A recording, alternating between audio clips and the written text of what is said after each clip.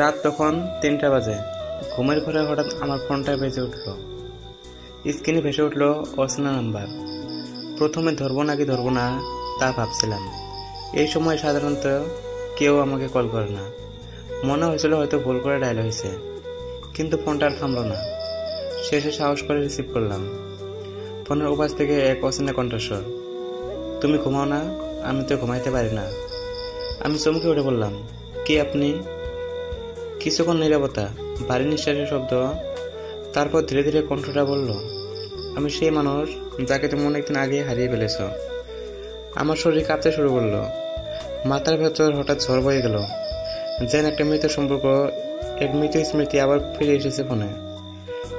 আমি কাঁপা গলায় জিজ্ঞেস করলাম, তাহলে এতদিন কোথায় ছিলেন? কেন এতদিন একবারও খোঁজ নেননি? ফোনের পাশে আবার নীরবতা। কিছুক্ষণ পর ভেসে এলো দীর্ঘশ্বাস, তারপর ফিসফিসিয়ে, খোঁজ নিয়েছিলাম, কিন্তু তুমি বুঝোনি। আমার বুকটা হঠাৎ থমকে গেল। মানে কি? আপনি কে আসলে? কিন্তু আর কোনো উত্তর এলো না।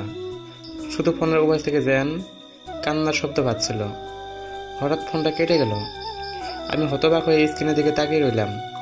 কল লিস্টে গিয়ে চেক করলাম, কোনো অচেনা নাম্বারে কল রেকর্ডে নেই।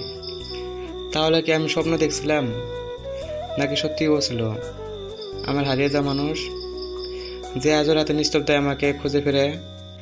আজও বুঝতে পারিনি ওটা কি সত্যিই আমার অতীতের মানুষ ছিল, নাকি রাত 3টার নিস্তব্ধতায় আমাকে ধোঁকা দিয়েছিল।